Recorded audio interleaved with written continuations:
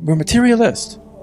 Even though we're not, but we kind of think like that. We've been influenced by this ism, this kufri ideology that all that exists is what's physical. When you eat something, the body will immediately begin to digest the food autonomically. You're not even thinking about it. Imagine if you had to intentionally orchestrate. Your whole life would be just governing digestion. It makes more sense when you hold for vitalistic theory as opposed to materialism. All right. So let's move on to the second block of this program, which is restoring harmony and living in alignment. See, the vital force, we're going to use this kind of language because this is the language of the Hakims. I hope you guys don't get the EBGBs with language like that. But we have al-Haywani, a vital animating spirit in the body that governs life.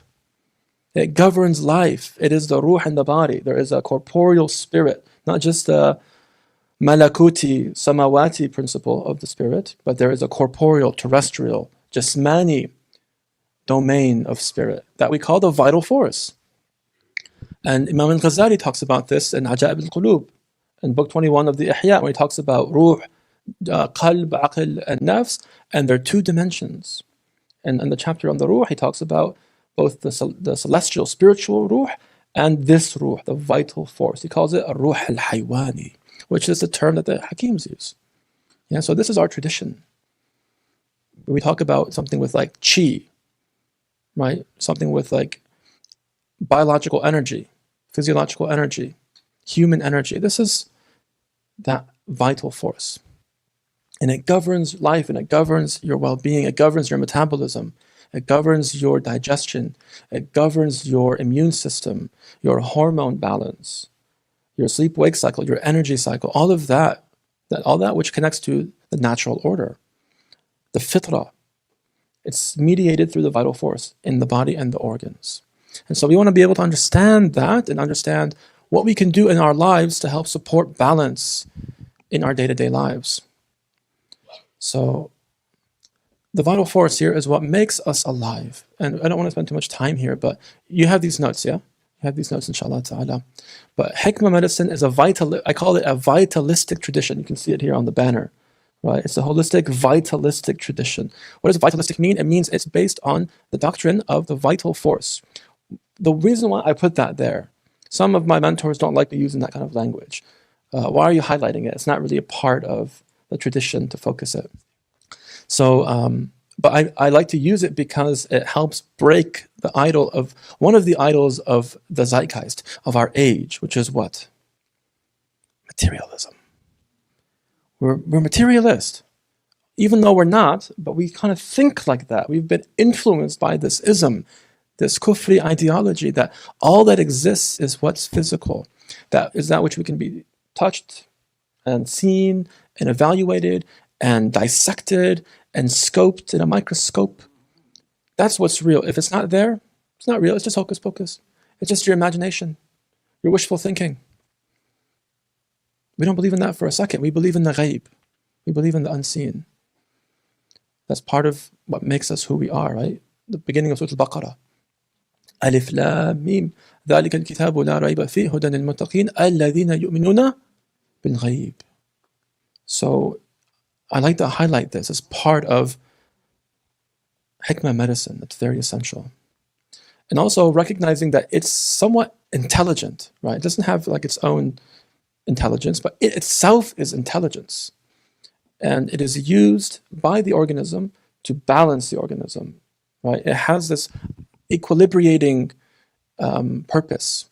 When you eat something, the body will immediately begin to digest the food in the mouth and in the stomach and break it down and absorb it and take the nutrients and then remove the waste out, all autonomically. You're not even thinking about it. Imagine if you had to intentionally orchestrate, okay, break down the proteins now and break down the carbs now and absorb them and the aminos and the vitamins and not that one.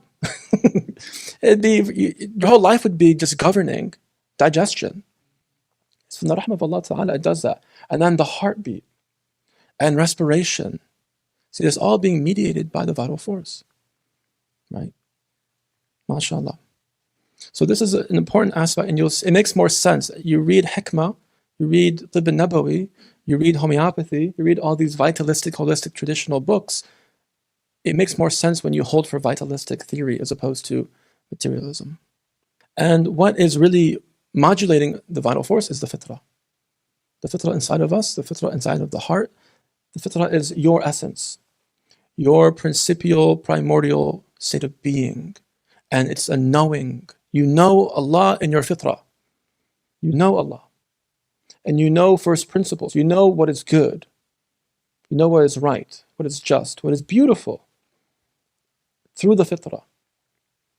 That's who you are. That's the light that Allah Ta'ala gave us. Fitrat Allah. And so understanding, inshallah Ta'ala, that the fitrah that you have within you is similar to the fitrah in the natural world. And the fitrah of anything that comes from it, like good food, like beautiful herbs, that can be used to optimize your fitrah.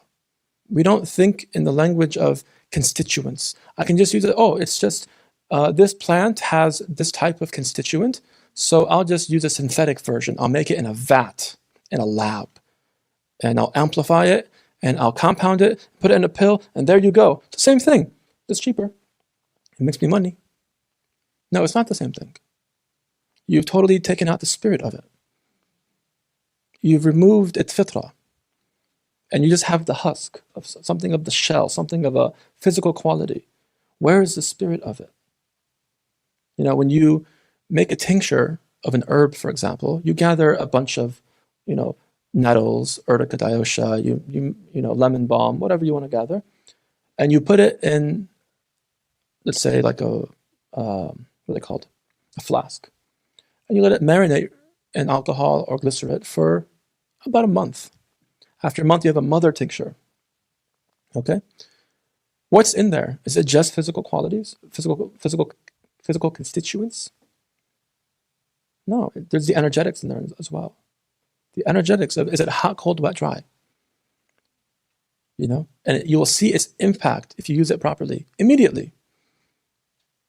And it won't matter if, it's compounded for the specific constituent or not. The effect of the herb is intact. It will have a consistent effect on everyone's fitrah. Like ginger is warming, it's heating and drying.